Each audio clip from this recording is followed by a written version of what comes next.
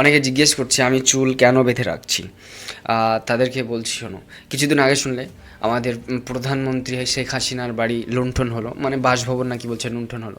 সেখানে মানে কত মানুষ গেছে, কত কী লুটেছে, কে চেয়ার, কে টেবিল, কে ফ্রিজ থেকে মাছ, কে হাঁস, কে পোষা মাছ, মানে সব কিছু লুটে নিয়েছে।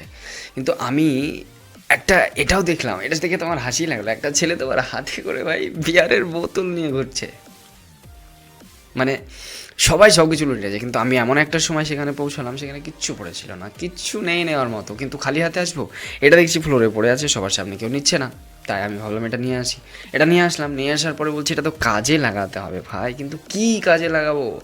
আমি জানি এটা দিয়ে চুল বাঁধা হয়, কিন্তু সত্যি বলতে আমার মাথা ছাড়া আর অন্য কোনো জায়গায় বাঁধা মতো চুল নেই, তাই আমি মাথার চুল বেঁধে রেখেছি।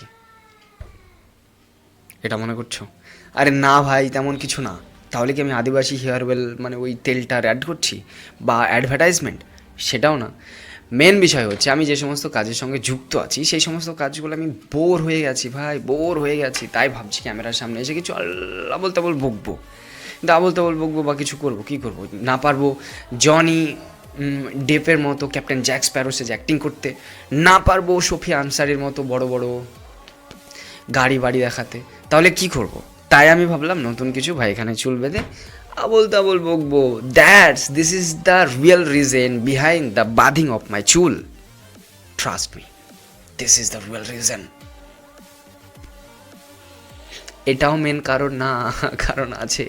সেটা হচ্ছে আমি অনেক দিন চুল কাটিনি, বড় হয়ে গেছে, চোখের সামনে আসছে, তাই বেঁধে একটা নতুন ক্যারেক্টার বানাচ্ছি।